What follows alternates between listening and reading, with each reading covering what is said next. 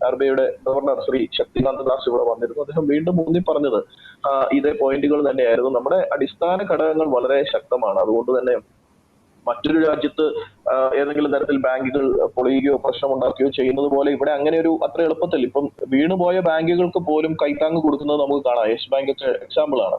അപ്പൊ അങ്ങനെ വലിയ രീതിയിലുള്ള ഒരു പിന്തുണയും ശക്തിയും ഒക്കെ ഇന്ത്യയുടെ ആന്തരികമായ ശക്തി, ഫിനാൻഷ്യൽസിലുള്ള ശക്തി ഒക്കെ വെളിവാക്കപ്പെടുന്ന നിമിഷങ്ങളാണിത്. ഇതെല്ലാം വളരെ പോസിറ്റീവാണ്. നമുക്ക് ഇൻഡിവിജ്വൽ സ്ക്രിപ്റ്റുകളിലേക്ക് നോക്കാം. പ്രദീപ്, ഏതെല്ലാം പ്രത്യേകിച്ചും എനിക്ക് തോന്നുന്നു ABB, അതുപോലെ തന്നെ ഹിന്ദുസ്ഥാൻ യൂണിലിവർ, ഒലക്ട്ര, SBI തുടങ്ങിയ കമ്പനികളെല്ലാം ഉണ്ട്. ഏതെല്ലാമാണ് താങ്കൾ ഇന്ന് സംസാരിക്കാൻ ഉദ്ദേശിക്കുന്നത്? സനൽ, ഇന്നലെ മാർക്കറ്റ് അത്രത്തോളം വീക്കായ സമയത്ത് പോലും നമ്മൾ ഒരു sector we saw a lot of buying interest happening, and that was the FMCG sector.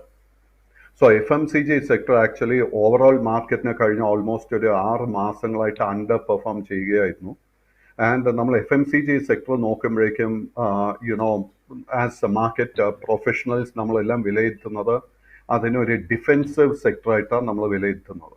Defensive എന്ന് പറയുമ്പോഴേക്കും അൺലൈക്ക് മോസ്റ്റ് അതർ സെക്ടേഴ്സ്, ഇപ്പോൾ ബാങ്കിങ് ആകട്ടെ, അല്ലെങ്കിൽ സോഫ്റ്റ്വെയർ ആകട്ടെ, അല്ലെങ്കിൽ കമോഡിറ്റി ബേസ്ഡ് സ്റ്റോക്സ് ആകട്ടെ, ഒരു മാർക്കറ്റിൽ ഒരു റിസ്ക് പെർസെപ്ഷൻ വളരെ അധികമാകുന്ന സമയത്ത് യൂഷ്വലി ഇൻവെസ്റ്റേഴ്സ് എന്ത് ചെയ്യുന്നു വെച്ച് കഴിഞ്ഞാൽ they will go over weight on FMCG. അതിൻ്റെ ഒരു റീസൺ എന്താണെന്ന് വെച്ച് കഴിഞ്ഞാൽ ഇപ്പോൾ ടെക്നോളജി സ്റ്റോക്ക്, സോഫ്റ്റ്വെയർസ് വലിയൊരു ഇടിവ് കണ്ടുകൊണ്ടിരിക്കുന്നു. അതിൻ്റെ ഒരു മെയിൻ റീസൺ എന്താണെന്ന് വെച്ച് കഴിഞ്ഞാൽ whether it is Infosys, TCS, Wipro, ഏത് വലിയ സോഫ്റ്റ്വെയർ കമ്പനി എടുത്തു കഴിഞ്ഞാലും അവരുടെ substantial chunk of the revenue comes from the BFSI. BFSI എന്ന് പറയുമ്പോഴേക്കും banking and financial services, and അവരുടെ ഒത്തിരി customers are definitely based in Europe and in USA. അപ്പം നാച്ചുറലി അമേരിക്കയിൽ ഇത്രത്തോളം വലിയൊരു പ്രോബ്ലം ബാങ്കിങ് സെക്ടറിൽ ഫേസ് ചെയ്യുമ്പോൾ the big expectation now is that ഈ വരുന്ന അടുത്ത 2 ക്വാർട്ടേഴ്സിൽ അവർക്ക് പുതിയ ഓർഡർ ലഭിക്കാനുള്ള ചാൻസസ് കുറയാൻ പോകുന്നു. അതേസമയം ബാങ്ക്സിൻ്റെ ഒക്കെ ഫൈനാൻഷ്യൽസ് ഇത്രത്തോളം സ്ട്രെസ്ഡ് ആയതുകൊണ്ട് ഒരുപക്ഷെ ഇവരെ റീനെഗോഷിയേറ്റ് ചെയ്യും കോൺട്രാക്ട്സിലൊക്കെ, and the profit margins are likely to take a beating in the next 6 months. അങ്ങനെ ഒരു എക്സ്പെക്ടേഷൻ ഉള്ളതുകൊണ്ട് നമ്മൾ ടെക്നോളജി സ്റ്റോക്സിൽ ഇത്രത്തോളം ഒരു സെല്ലിംഗ് കണ്ടുവരുന്നത്. അറ്റ് ദ സെയിം ടൈം ഇപ്പോൾ FMCG എടുത്തു കഴിഞ്ഞാൽ FMCG to an large extent is immune from all these things. അത് മാത്രമല്ല, ഈ സമ്മർ സീസൺ വരുമ്പോഴേക്കും നമ്മൾ we are going to see a lot of demand increase for FMCG products, whether it is soft drinks, whether it is snack-based stocks, etc., etc. അപ്പോൾ അങ്ങനെ വരുമ്പോഴേക്കും ഇന്നലെ മാർക്കറ്റിൽ നമ്മൾ കണ്ടത് ഇന്നലത്തെ സെഷനിൽ you had already highlighted Godrej consumer products. അതിൻ്റെ കൂടെ തന്നെ ഇന്നലെ നമ്മൾ ബൈയിങ് ഇൻട്രസ്റ്റ് കണ്ടത് it was in Hindustan Unilever. We have been seeing consultation happening in Britannia, etcetera etcetera. Aneesh എന്ത് പറയുന്നു? ഏതെല്ലാം സ്റ്റോക്സ് ആണ് ഇപ്പോ സവിശേഷ പരിഗണനയ്ക്ക്?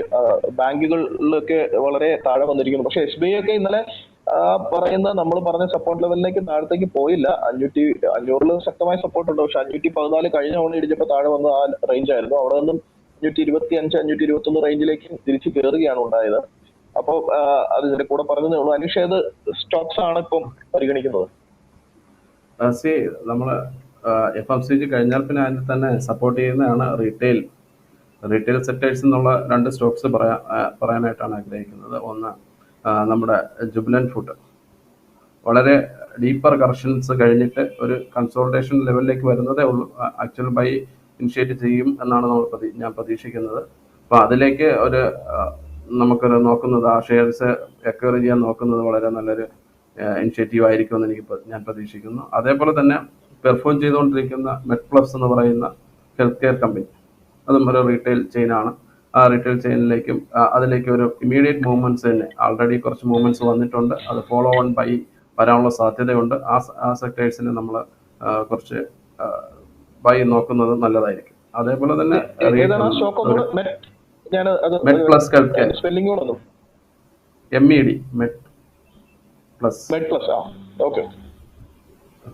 മെഡ്പ്ലസ്, അത് ഹെൽത്ത് കെയറിലുള്ളതാണ്. അതേപോലെ തന്നെ നമ്മുടെ ഇന്ത്യൻ ഓയിൽ കോർപ്പറേഷൻ, ഓൾറെഡി ബാക്കിയുള്ള ഹിന്ദുസ്ഥാനും അതിൽ BPCL ഒക്കെ നമ്മൾ 2 ദിവസമായിട്ട് ബൈ കണ്ടു കഴിഞ്ഞു.